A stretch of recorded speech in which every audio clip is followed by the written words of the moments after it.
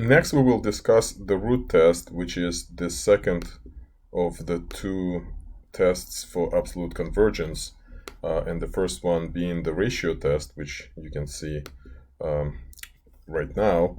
So the root test is very similar, and I'm going to use the previous the slide from the previous lesson as a template. Except instead of finding the limit of the ratio of two consecutive terms, we're going to find the limit of the nth root, thus the name the root test, of the nth term, which sounds pretty simple, but it basically all comes down to your limit skills, because the test itself is very simple.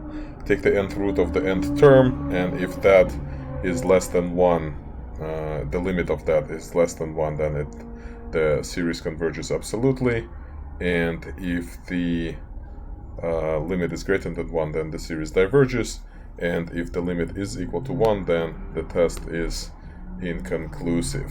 So let's go ahead and do a few examples. Let's determine whether this series converges or diverges.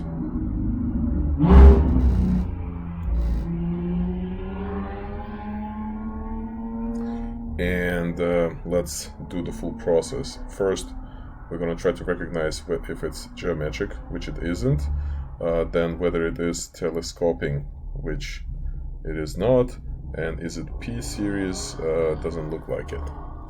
Then we're going to set up the divergence test, and we're going to find the limit of the nth term,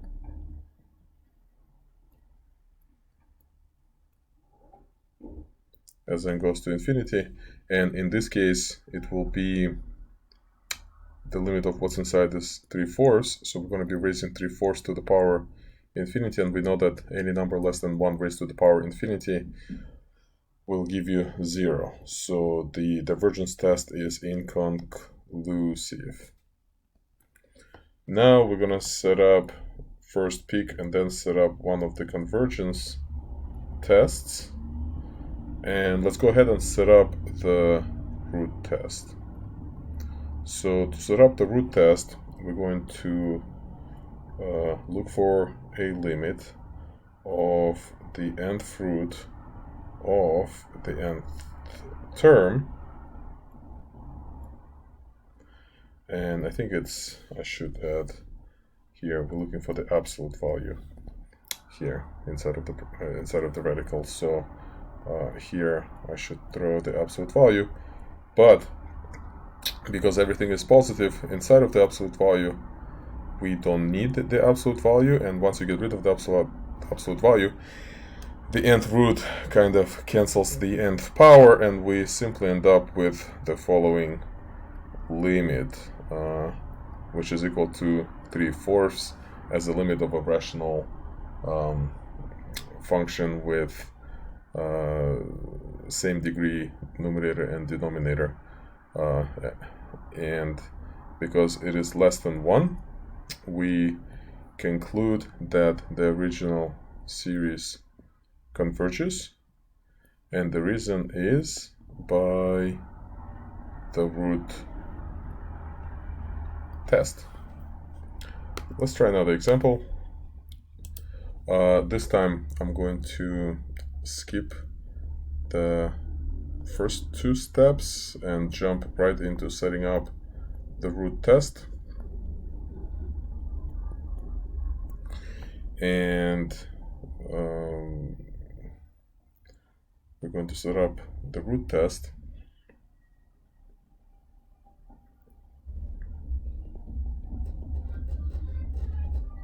as a limit as n goes to infinity of the nth root, 3n over ln n,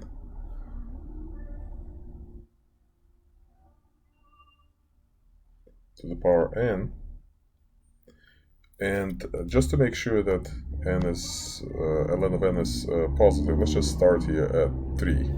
And so we don't have to deal with those few terms at the beginning of the sequence that are not positive. And then we can drop the absolute value here, and the nth root kind of kills the nth power, and we end up with the following limit, which we're going to apply the very useful theorem and consider this function as x goes to infinity, and then by the L'Hopital's rule we can find this limit as what is it going to be? It's going to be infinity. And I guess let me just write a few more steps here.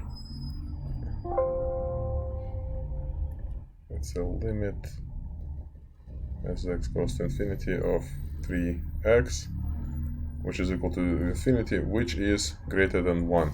Then the original series diverges by the root test.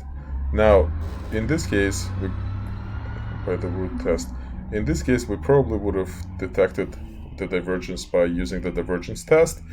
But remember, in the divergence test, we have to set up this limit, which is not as easy to find as the limit of the nth root. And therefore, we did benefit from applying the root test in this case. Although I personally would recommend to use the divergence test first, and only then move on to the convergence tests when the divergence test is inconclusive. However, sometimes we use the tests strategically, and we may skip a step or two here and there in the sake of efficiency. So let's look at the following.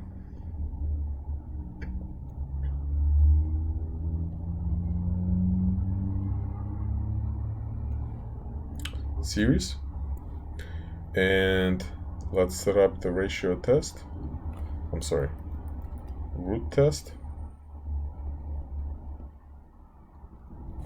So we have the limit as n goes to infinity of the nth root of the absolute value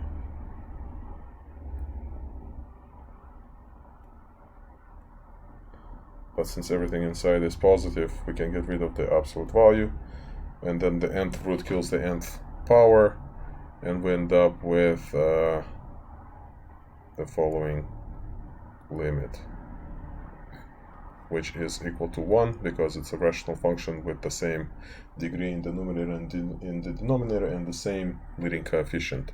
Since the limit is equal to 1, the conclusion is that the root test is inconclusive. So in order for us to determine the divergence or convergence of this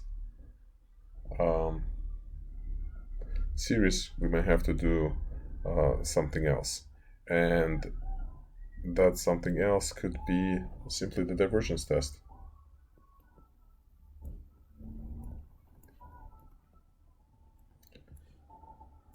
The limit of the nth term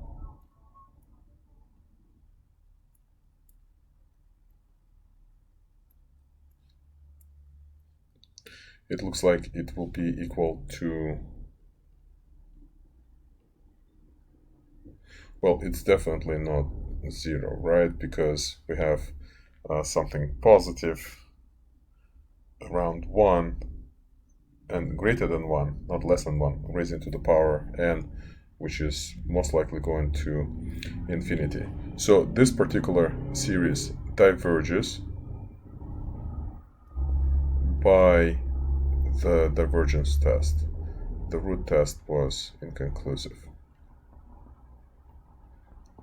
So we have learned the second of the two tests for absolute convergence, called the root test.